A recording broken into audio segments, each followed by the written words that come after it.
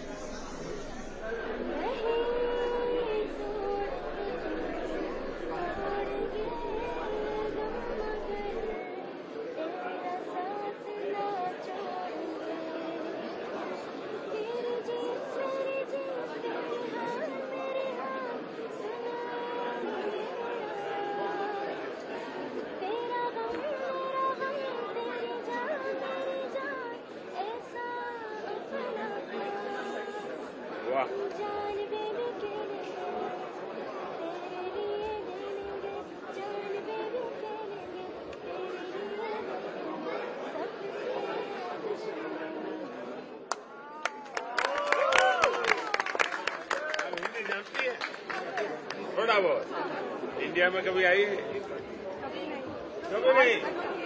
किसी को पता ही नहीं चलेगा कि आप मिस्र की बेटी है कि हिंदुस्तान की बेटी है। वाह।